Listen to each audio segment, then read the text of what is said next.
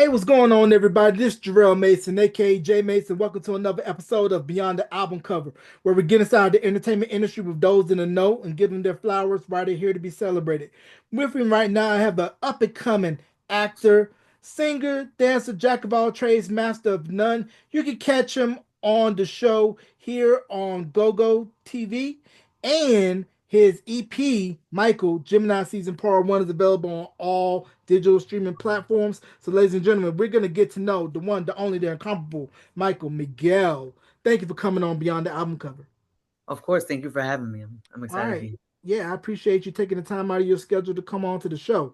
So let's go ahead and just jump right into it. Where were you born, and who do you remember first getting, as far as CD, cassette, record, or whatever, with your own pocket money and saying, man, I want to get into this business? I was born in Flushing, Queens, in New York City. Um, the first, the first CD album that I bought. So we had just moved to New Jersey, and there was a flea market. And so we went to the flea market, and my older siblings would get buy all these CDs and all these albums. And my first, my first CD, my first album was actually Aaliyah. It was one of her first albums. That was hilarious. It was hers, and then it was Destiny's Child. These were Oh the first man. albums I got, and then I remember I got the soundtrack to Titanic. Oh man, you can't go wrong with Titanic, especially with the voice of Celine. And it's crazy, to see how when Aaliyah's last album came out before she passed, how now young girls are being named Aaliyah and her style and influence are being seen more after her passing. And this year it would be 20 24 years Yeah, since Aaliyah six passed. years old. Yeah. Yeah, so what was it about Aaliyah and Destiny's Child, since you mentioned that those were the first two records that you brought, that stood out to you that said, okay, I'm gonna create a lane and kind of take what they're doing and add my own flavor and spin to it? The crazy thing is when I got those two albums, I don't even think I knew who they like. I didn't know anything about music. I grew up so my background, I'm Colombian Puerto Rican, so I actually like grew up listening to like Alejandro Fernandez. Like when I was 2 years old, I was singing all his music because my mom used to listen to him. So when I went to the flea market, I just picked a random album, and these were the two albums that I got. But I mean, something must have known that I needed to pick these albums because it's funny because I used to listen to them all the time, and I always just loved the vocalist. Like I loved a vocalist, but the crazy thing is now, like jumping forward to this EP that I'm working on, like Aaliyah was more about like she was so smooth and her R&B and how she fell into the pockets, and then also the production by Timbaland. Like it was just I don't know. And then of course Destiny's Child, the way they sang, Beyonce, Michelle, all their voices. It just was I think also as a young gay kid, like this just was I don't know, for some reason I was very drawn to just the album cover. And then the music like came second, and then it was became the only thing that I cared about. Hmm. But it's so funny how the two albums that I didn't even know anything about are people that I love and people that I look up to. And like you said, that have paved the way into our generation, and not even into our generation, into all these future generations and all these like young artists who, like you said, are now being named like the next Aaliyah, the next Beyonce, the Hmm. next people who have like made their own genres, which is insane. Yeah, and speaking of Beyonce, I'm sure you probably saw the Beyonce Bowl on Christmas Day down in H Town in Houston. Hmm. Beyonce's artistry, she's cut from that cloth of the school of Prince, Michael, Yeah. Madonna, the greats. She studied, she learned, because when you look at her stage show, that it's going to be tight, just like how James Brown would have his show very tight with his band. Beyonce is very meticulous, a perfectionist, in that you're going to get your money's worth when you come Hmm. see Beyonce, and she doesn't play around. You know, it's funny, you're saying this, I'm getting memories. So I can tell you who was the first person that I fell in love with as an artist. Mm. This I know 100%. It was Selena. I didn't have her album, but I had the movie with Jennifer Lopez.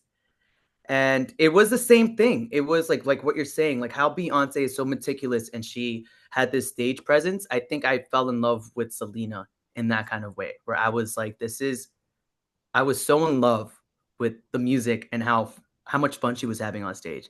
But you're right, Beyonce's a Virgo, so she's a perfectionist, and everything is tight and it's clean, and she's a showman. Like you said, you get your money's worth, and that's I don't know, that's something so inspiring, for sure. Right, and you mentioned Selena Yeah, and how tragically we lost Selena as she was about to really break big in the US because she had made her name in the Mexican Tejana scene and was in the process of making her English language debut album when she was tragically taken away from us. And the production on that album was done by Full Force and a lot of other producers. And she really, when you look at the style that she was bringing, that it was a building bridge of what came before with the freestyle movement with Lisa and the Cult Jam, TKA, a lot of yeah. those freestyle based oriented acts that came out of either Miami or New York. And Selena was next in line to really take that to the next level. And this was way before the Latin explosion in the US in the late 90s with Ricky Martin, Enrique Iglesias, Shakira made her US crossover and that whole scene. Yeah, the crazy thing, she also grew up Jehovah's Witness, and I grew up Jehovah's Witness. So this was something that I automatically felt tied to. But you're right. I think it's so funny. The more as we're talking about her, I think I tried to emulate her career a lot, where it's like I tried to honor my Latin roots. And I think that's what she did. But she loved, like, her favorite artist was like Donna Summer. Like, she loved disco and she loved vocalists. And if you listen to the early medleys that she did, it it was that. It was that. And she was a very soulful person, and she sang with a lot of soul. Yeah, And you could see yeah, that in the new album that she was creating. yeah. And if you go on YouTube, there's old clips of her when she was performing with Selena y Los Dinos. She was doing Ralph Tresvant Sensitivity, a lot of the pop R&B that was out of the Mhm. time. And when you take a look at a lot of those styles that were merging back then, like I mentioned, the whole freestyle sound, and then you had Nestor Velasquez that had a single personality off Uptown. Then you had Barrio Boys who was signed to SBK and all these other groups, and how they were taking, okay, we're gonna mix the R&B and the hip hop, and we're gonna take the Latin flavor, spice it with the tahine, and we're gonna have a good combination. Yeah. Yeah, which is very dope and very crazy. So, how is it that you try to keep your Latin roots in your music without feeling like, okay, I gotta hide my roots in order to be acceptable? Which I think is great in today's marketplace where the listener is saying, I'm just gonna put it out and you're gonna respond to me. Whereas 20, 30 years ago, if you were only a predominantly Spanish speaking artist, you were going to make an English language album to cross over, and how now Bad Bunny could just put out an album in just straight Spanish and it be well received. Yeah, it's like you're saying, it's very different. It's very, very different. It's funny. I am I'm Colombian and Puerto Rican. I was born in New York. My first language was Spanish. And so when I started making music, like, Spanish and English are my languages. And so that's why I even went with my name, Michael Miguel. I'm also a Gemini. It's because I love to sing in both English and Spanish. But the way I honor my Latin roots is, my first EP was in English and with a little bit of Spanish. So I would like either rap in English or rap in Spanish and do a chorus in either or. But I think it took time. I'm really grateful for how things are going today when it comes to artists and what we're putting out. Because before there was only a few avenues, there was only a few outlets of that you had to go to record labels, you had to talk to the radio stations, and only they could give you the green light to put out whatever it is that they deemed valuable. Mhm. Today we don't have to do that. And I think that's something that I learned also just with age and with time. Like, I don't want to compromise anything about myself anymore. Like, I don't want to shy away from my Latin, or I don't want to shy away from also like singing in English. Like, I am both of these things. I'm Michael Miguel. I love to sing in Spanish. I love to sing in English, and to not try to cover it up. Now, yeah, I think that's the beautiful thing. Every once in a while, like, I love R&B. I grew up listening to Usher and Neo and Chris Brown. Right? I'm 30. I just turned 30 this year, and these are the people that I listened to in middle school and high school. These are things that inspire me. But I also listen to reggaeton, and I also listen to Latin ballads. So my genre, even though I guess what I'm saying is to now and today, I think freestyle is becoming more of a thing where it's like you don't just have to stick to one certain thing, and you can just be all these things. Uh, but yeah, I love honoring both parts of me. And in the beginning, I think I try to just only sing in Spanish or only sing in English. But I think what makes me me is that I do both. Mhm. I do Spanglish, and Yeah, yeah. yeah, it's definitely a lot of genre bending going on because if we look at music now, country rap R&B is definitely merging and mixing. How you don't really have those lines that was there to say, okay, you're only country, you're only R&B, you're only rap, you're only rock, and you just put out what you put out. And like you said, with the internet and social media, you just cut out the middleman. You just cut out the middleman. And also, everyone has an era. And Beyonce's been doing this too now, right? Now she came out with the whole house kind of album, and then she came out with a country album. Like she's just like we are as humans. We're not linear. We're complex. Sometimes we're in a house kind of mood, or sometimes we're in an R&B type of mood, or we're in blues type of mood, or we're into a pop type of mood. Um, But my truth is I love vocalists. So I also I think that's the cool thing. Like, especially now with this EP that I just worked on, I was really inspired by Usher's Super Bowl performance when he performed. Mhm, And when I saw him perform, it just threw me into a flashback of like my older brother used to listen to Usher nonstop. mhm, And I remember growing up and trying to copy his runs and his riffs, and also the way he performed, how he's a showman as well, just like Beyonce. When he performed, like he's tight, he's amazing. And then it reminded me of all the music I loved growing up, like Timbaland and just R&B and you know 112, all these people that I really loved and that I really connect with. And so I wasn't planning on even doing an English EP. I was planning on still continuing doing Latin. I actually wasn't even planning on continuing singing for a while. The love of my life passed about a year and a half ago, and I just was not in the mood to perform or like to even sing or to get into the studio. And I have, my sister introduced me to a producer, and I started hanging out with him, and he was working with an artist, and so I was coaching her in the studio and producing and just helping him produce the record for her. And in the midst of it, I started writing, and then I wrote this song, "Dancing in the Pain." And then this beat came to me, and then I started working with an engineer, and somehow we just started creating it. And in about like 2 weeks, we wrote the whole EP. We kind of recorded like a whole demo of the whole EP, and it just kind of came about. And it was almost like I was honoring the younger me that grew up, the younger Michael, the younger New York kid that grew up listening to R&B. Because there mhm, was two of me. There was one that grew up listening to very Latin music, and one that also really connected to very American R&B, hip mhm. hop, pop music. And so I think it was fun to go back into that style. Hmm.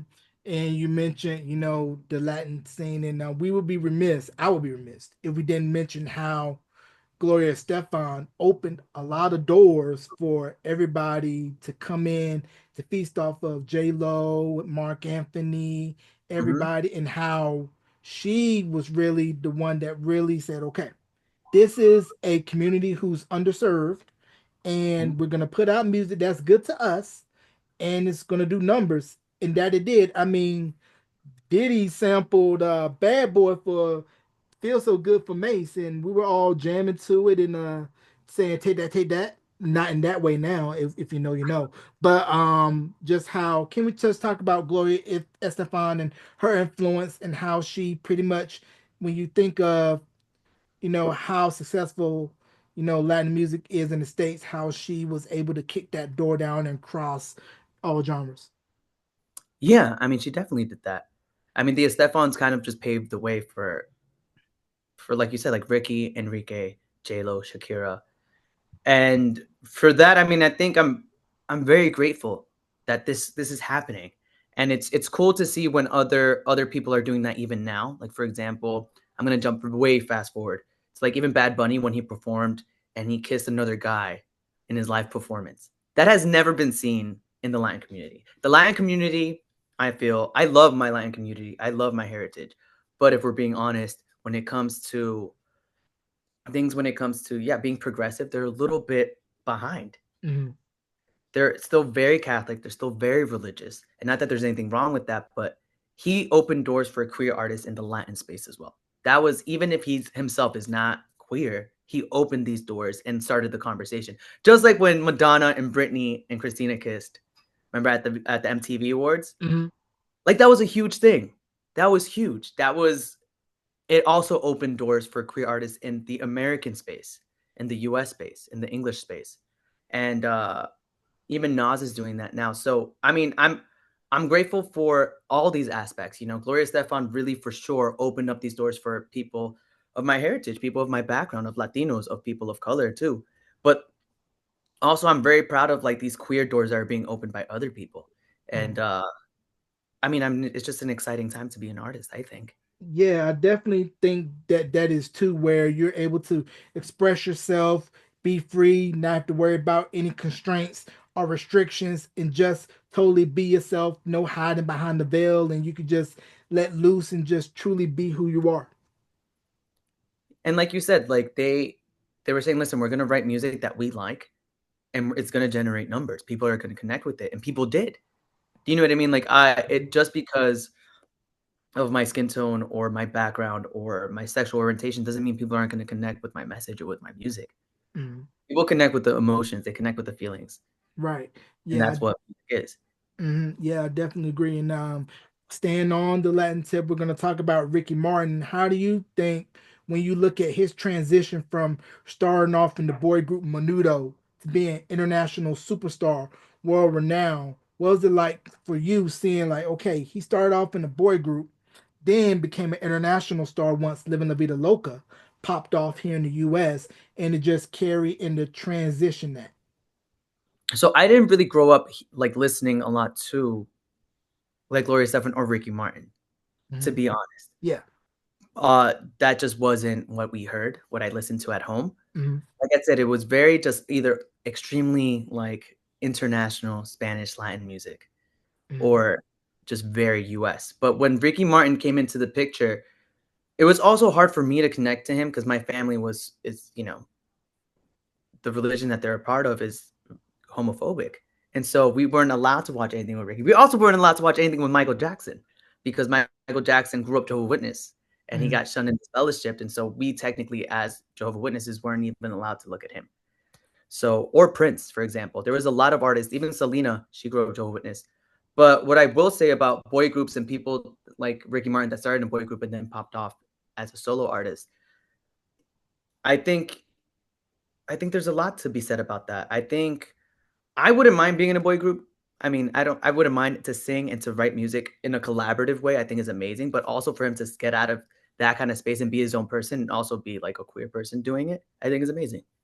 Yeah, yeah, I definitely think that's dope. And you mentioned how growing up, your musical ear was going from Spanish to hip hop and R&B. Was it hard for the ears to go back and forth between both stylings, and were you able to find the middle ground to where the music wasn't as muddled because it's two different styles, two different genres, and the tastes are very different?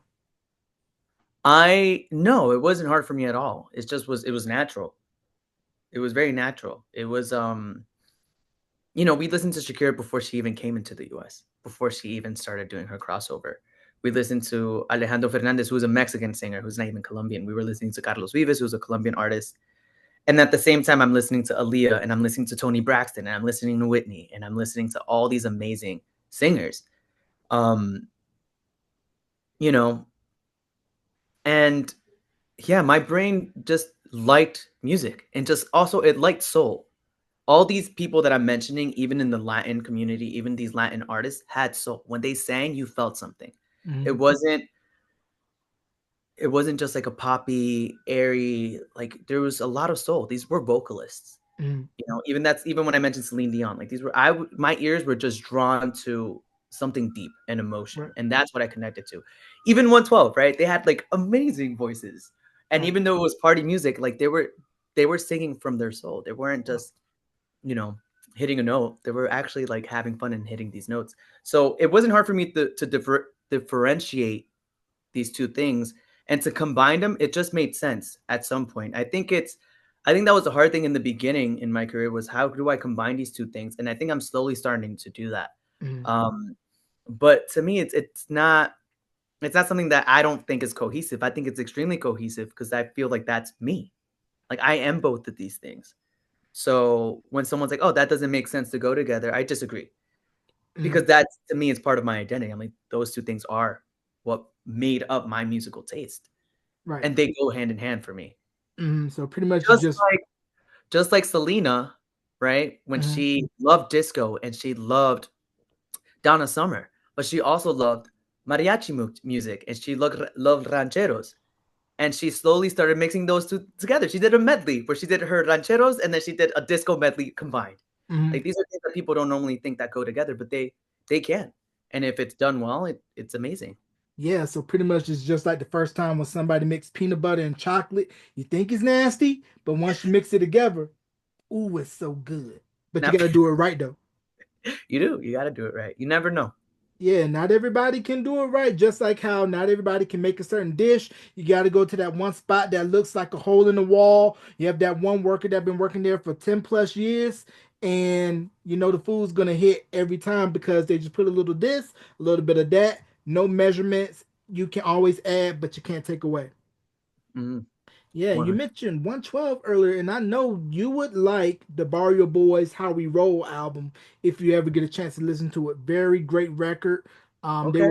They were put together by Joe Jacket. He was a part of New Kids on the Block camp, and he had got the idea from being around New Kids and said, "Hey, I want to create a group like them, but that can also do it in English and Spanish, singing R&B." And they were signed to SBK Records, Okay. and dope album, dope group. They actually collaborated with Selena. This was before she passed and before they actually did albums in Spanish before Yeah. they released the English language debut, which is How We Roll, which came out in '95. Very heavy R&B, and it was one of the early records that featured Fat Joe on it. They had a Yeah. single called "I Get Lifted," which was produced by Full Force, and dope record, and had one of the early appearances by Fat Joe before he really popped off. So I would definitely recommend you take a listen to How We Roll by the Barrio Boys if you like 112 in that whole vein of 90s male R&B groups. 100%. I'm gonna check them out for sure. Yeah, For sure. definitely for sure. Now, how did you end up on your acting career? Was it where you auditioned for various roles for the current role for Go Go on Here TV? How did that come about? So my acting career in general, my first audition to anything, even before I started like professionally doing music, was right before COVID. I auditioned for a musical off Broadway. I didn't think I was gonna get it. It was the first time I was like, you know what, I should be doing this. And so I auditioned. Didn't think I was gonna get it. There was people from Cats and from Rents, and also it's musical theater. I was like, okay, like I don't know if I'm gonna be able to do well. So I just decided to have fun. I ended up getting the lead, um, which was fantastic. I did 4 shows. It was really, really amazing. I'm grateful for it. And then from there, I just started writing music. But it wasn't my first acting job. When it comes to Go Go, I actually, it's an interesting story. I had a friend who, you know, knew a casting director or and a director, and they were all at the beach one day, and the director asked my one of my closest friends, his name is Chavo. He's like, "Hey, do you know anyone that could be an extra in this TV show? I just need an extra." And he's like, "Oh, my friend, Michael Miguel. He's a singer. He's an actor. Like, he can definitely be in it." And he's like, "Yeah, well, actually, can you just have him send in a tape?" And so he sent me these slides, and I did the audition. I only did one take because the next day I was flying off to the Dominican Republic to film a music video. And so I did one take, I sent it, and it was an emotional scene. And they saw it. They had already casted the lead in the TV show for the show. And the director saw my tape and he loved it and he called me and he's like, "Hey, listen, like we want to offer you the lead." And yeah, it was. I'm just so grateful. It was my first TV show, and it was yeah. So that was kind of just that was my first TV show. I mean, I've auditioned to stuff before, but this just happened so organically, and it was so cool, and it just fit so perfectly. I mean, the show is very similar to my life, so it kind of just worked out the way it did. Wow, it's crazy how, the lead was already cast. You did your thing. He's like, oh, let's recast, put you in, and it became a success. Now you mentioned auditioning for off Broadway and singing, doing what, 4 shows a week? I did well. We did 4 shows, and then COVID hit, 4 shows and then COVID. Okay. and so then we were closed. Yeah. Okay, so can you explain the difference where it's when you're singing off Broadway as opposed to singing like your regular EP? Because I'm sure you have a lot of people that try to make that transition from Broadway to doing pop R&B, but you got to know when to not make it so stiff and theater-ish and to be more free in the booth. So can you explain to us the difference between singing on Broadway as opposed to making a regular album singing in the studio? So it's funny that you even brought that up because I remember I got the role. We started rehearsals, and every time I sang, they kept like stopping me, and they're like, "Listen, like you need to enunciate. We need hard R's and hard T's." And I was like, "What?" Like hard R's and hard T's because in musical theater you have to enunciate. It's a lot more, yeah, it's more poppy when it comes to that kind of terms. And I'm so used to singing the way I grew up hearing music, which is with more open vowels. So it's funny and it's very stagnant almost how musical theater felt. Singing in the studio, you kind of just fall into the pockets. You don't hit the pockets, you fall into them, and then you kind of just flow. And yeah, it was. I remember it was hard for me at first to like sing that way and to be able to sing these songs in a musical theater kind of way. And then after that, then when I would hop into the studio, they're like, "Why are you singing with hard R's and hard T's? Like, what is like? Is this country? What are you doing?" Mhm. And so it takes a minute to get used to. Um, but also I also learned that I took bits of each. And so even though I'm like enunciating more when I would sing musical theater, I was still not losing my soulness and my R&B-ness and my Latinness and my ballad kind of ways of singing with more open vowels. I just found places to place them. And same thing when it comes to when I'm in the studio. Sometimes I need to enunciate a little bit harder, or sometimes I like to make a point more extra. But for the most part, it becomes like a second language. It becomes like English and Spanish. Like I don't think twice when I talk in English, and I don't think twice when I speak in Spanish. And so it's almost the same kind of idea. Sometimes it just takes a minute to get used to. It's like riding a bike. And it feels very, when you sing on Broadway, it feels very routine. Where it's like 5, 6, 7, 8. You're gonna hit these steps. There's no deviation from these steps. It's gonna be the same routine every show. Whereas when you're in the booth cutting, it feels more freestyle, where just let loose, while it's more regimented. It also feels a lot more intentional, at least for me. Like on stage you have to be present. I had to be present. So things felt real and felt honest. But in the studio, it can get to me. It feels like it get even more honest because, like you said, you could cut things up. You know what I mean? I don't have to sing the whole song through. I can literally take segment by segment, set an intention for each sentence that I'm singing, each sentence that I'm saying. Like what am I saying and how am I saying it and why am I saying this? And so I think it's amazing to be in the studio because literally you can literally you have the time to actually set these intentions and to feel what you're saying and to mean what you're saying.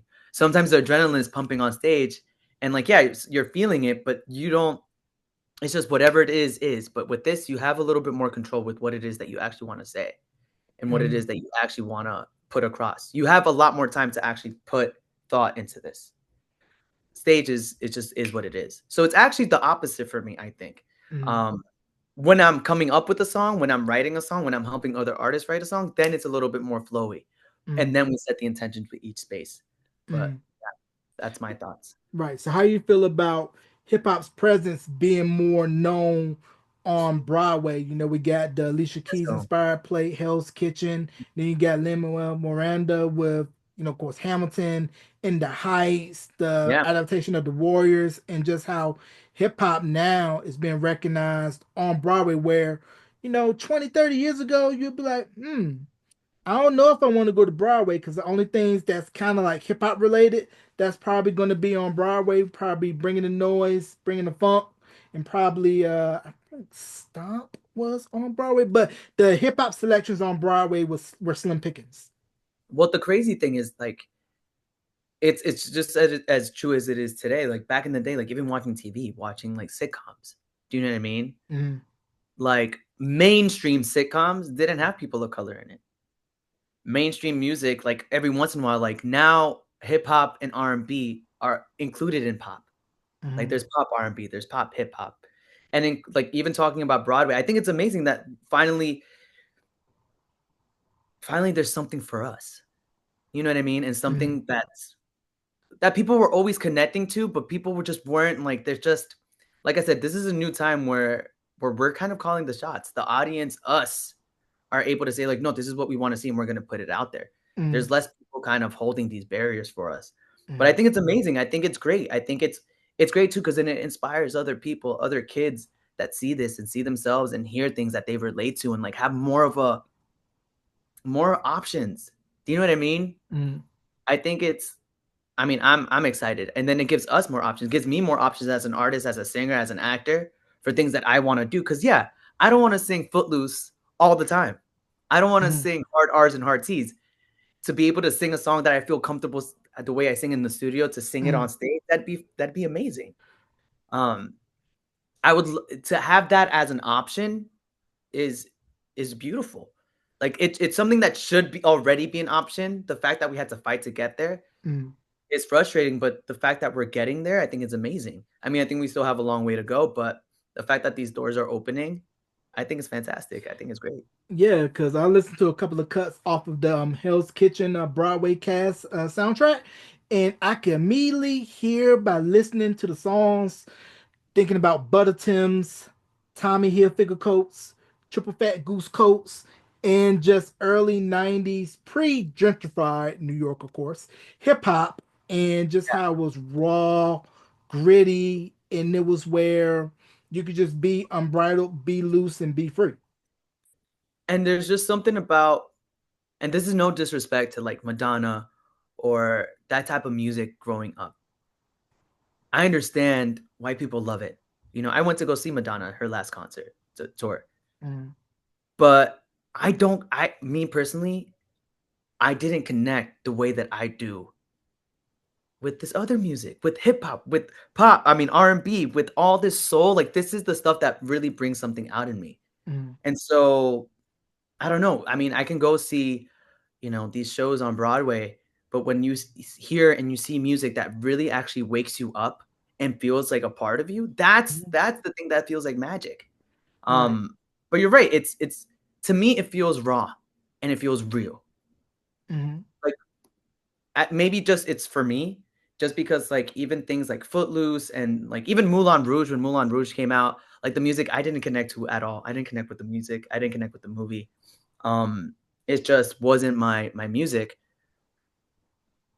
But now it's completely different. You know, if we get these different types of songs, these different type of music, I feel connected to something else. I'm not connected to these specifically, but now the fact that we're offering these other genres that are made for us, I think it feels great. yeah, and we're talking about connections and meshings. The meshing of hip hop and soul started with Mary J. Blige and her Come on. debut album "What's the 411." And for me, it was very well satisfying to see her get inducted into the Rock and Roll Hall of Fame, and how she had, along with everybody at Uptown, the idea of we're gonna merge the street in hip hop with the sweet in R&B and have it where we got the melodies and the hooks for the ladies and we got Mhm. the beats for the fellas. Cause I mean, everybody was knocking What's the 411 in the remix album back in 92, 93. I mean, that's it. And you see, that's what makes music amazing is the fact that we can take something that normally we don't think would mix, and then we combine them, and then it just works, and it works for everyone. So I think I don't know. She's amazing. I mean, talk about real, talk about raw, talk about soul. Like that's her. Yeah, and Real Love, of course, produced by the late Prince Marky D and Corey Rooney, and how a lot of people still don't know how Prince Marky D did a lot of R&B records, pop records for Mary J, 3T, Mariah Carey. List goes on and on. A lot of people still saw him as, Prince Marky D from the Fat Boys, but Mhm. he was way more than that, and I still think he didn't get enough flowers as far as his production and his songwriting for other artists and for himself. Dope album that he did with Prince Marky D and the Soul Convention, free album, and needed a follow up called Love Daddy. Both very good records, and how Prince Marky D, was a part of that early group of golden era hip hop artists that really set the stage for where hip hop is now, to where they were selling out arenas doing the Fresh Fest tours back in 85, 86, had an endorsement deal with Swatch Watch. And to see hip hop be well received worldwide, the most dominant musical genre, where you can go to any country in the world, they don't know a lick of English, but they'll know a rap record, and just how it was created by our black and brown brothers and sisters as an art form to be of telling what's really going on in the neighborhoods, and how the music programs in schools were getting defunded, and we're going to take the leftovers, we're going to make something beautiful out of it, and out of that became the world's most popular genre of music, to where it was back in 2023 we celebrated 50 years of hip hop, and it's still going on, going strong 52 years later. I mean, if you think about it, like the strongest people, the strongest people on this planet are the ones that have gone through the most, that have suffered the most, that have endured the most. In order to endure like tragedy and trauma and racism and just hate over and over again, and to be able to like still be alive and survive it, you have to be strong. You have to be, and it's just, and when it comes to music, it's the same thing. It's like nothing can compare to people that have gone through it, to people that are making lemonade out of lemons. And the thing is, other people don't have those stories, but everyone can connect to the feeling of feeling less than and being belittled. And I don't know, there's just something so beautiful about taking all this trauma, all this pain, all this neglect, all this hatred, and being and telling our truth and being honest with it, and it being received by the people who we want it to be received by and who deserve to see it. A lot of people sometimes tell me, either like record labels or managers, they'll say, oh, well, like, oh, well, maybe don't make the song so Latin, or, because then you won't have all the people that speak English, like maybe they won't like the song, or maybe don't make it so gay, because then you're not going to get those people to listen to you. And at the end of the day, or maybe they're not going to like what you have to say. At the end of the day, I'm making this, like, if they don't like it, if people aren't connecting with this, then it's not for them. I'm not making this music for this very specific type of person, for who the world society thinks should listen to me. I'm making this music for people that I feel connect with me, connect with my story, connect with my struggle, connect with my pain, and Mm-hmm. connect with my consistent and my desire to rise above and to survive, and not only survive but to strive and to be the best person that I can be. And to be the most authentic person I can be. And if Mm-hmm. somebody has a problem with it, then I'm not for them and it's not for them. But at the end of the day, it's the same thing. We're making music for ourselves, for our community, for our people. Like, we're not making it for these people. And the Mm-hmm. funny thing is, we were neglected that opportunity to do that. But now it's, like you said, it's been 50 years of hip hop. I mean, I'm just excited that finally, like, not even finally, but just that we're growing and we can't be stopped. And I think that's amazing. And how the revolving theme is that now the labels and the genres are being erased, to where we're gonna put out what we're gonna put out. We're gonna appeal to who we're gonna appeal. It's no more okay. We're only gonna push you towards the pop market. We're only gonna push you towards the R&B market. We're only gonna push you towards the Latin market. It's where I'm gonna put it out for my fans and people who like what I do, and we'll just have it go from there. And I mentioned the EP. I love your EP, very well put together. But one of my favorite tracks on there was Boys and Barbies. So can you talk about the making of Boys and Barbies, and how what led you to create a so personal, vulnerable record on the EP, and was it a tough process for you to put that on record? Um, that song I wrote even before I auditioned for Footloose. It was one of the first songs that I wrote as an adult, and it actually just came to me. I just wrote it. I heard a beat somewhere, on and I just started writing, and I wrote this song. And then after I wrote it, I looked at it and I was like, oh my gosh, like this is very deep. Like I didn't even think about it. It was almost subconscious. I wrote this song. And then I went to LA, and I had written like 30 songs, and I went to LA and I met with the producer. His name is Monster. He's amazing. And I had these skeletons because I had recorded them all in my bedroom, and he heard Boys and Barbies. He's like, this is the track that I want to work on. This means something. And so we worked on the song, and it was a little bit more acoustic. It was a little bit more poppy. I love the song, and that's the song that a friend of mine heard who was making a feature length film, and he wanted the song to be a part of the movie. The process takes years. So the song already went out. I already released it on my own. People were responding really well to it. It's a beautiful song. Um, it's almost like a love letter to myself when I was younger. It's about not being allowed to be yourself. Even the way I walked, the way I talked was being judged and nitpicked at, and I felt so insecure and not being able to just have the feelings that I had, that I was gay and I liked boys, and I also wanted to play with Barbies, and being, beat for wanting to play with a Barbie. Like that's just that was my reality. And then I started working with Steve Mackey, who's a vocal coach, who is amazing. I don't know if you know who Steve Mackey is. He works with Yeah. like Avery Wilson. He's his one of his biggest clients is J Lo.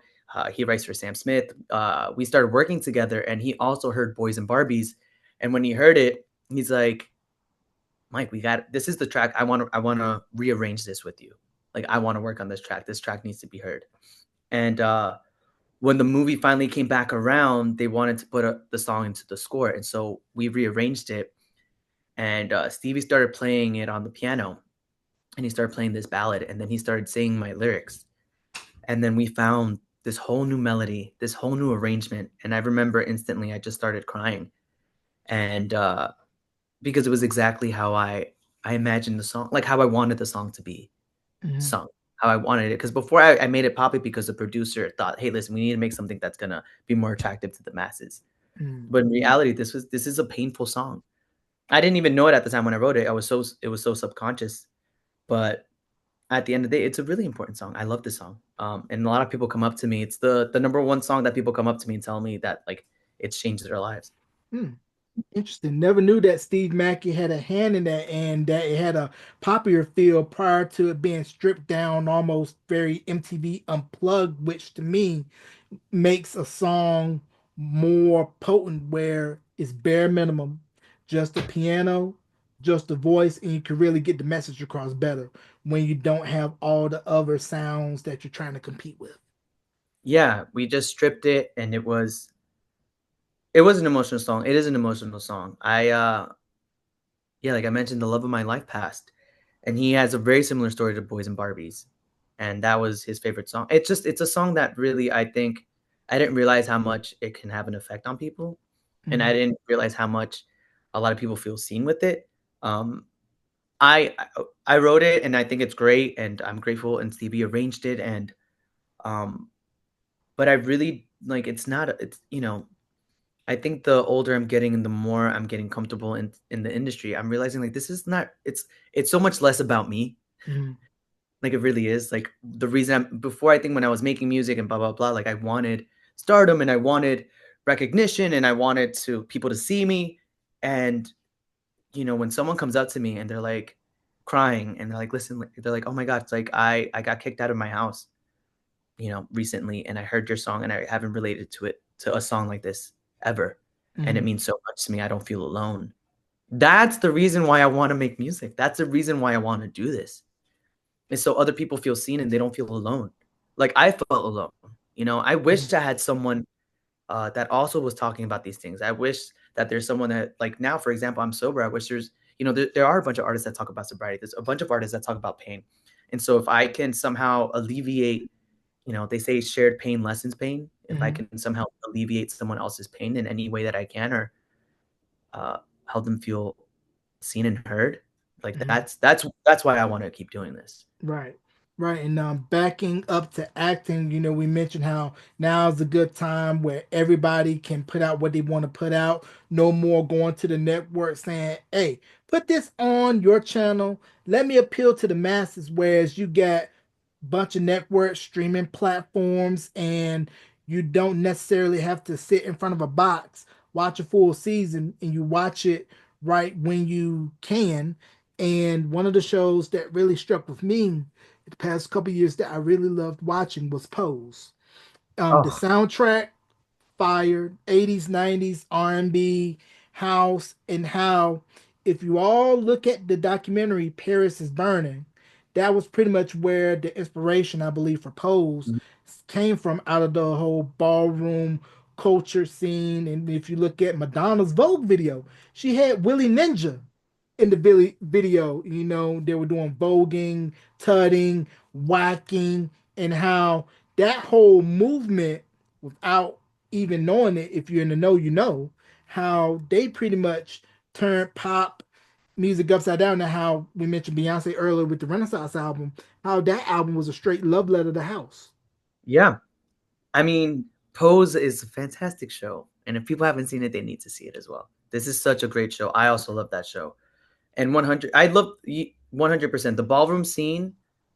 You know, I wish I would have grown up in New York City when this was happening. Like, I wish I was more aware of it Mhm. because it is the meaning behind everything. And yes, it's competitive, and yes, it can be snarky, and yes, we can be petty.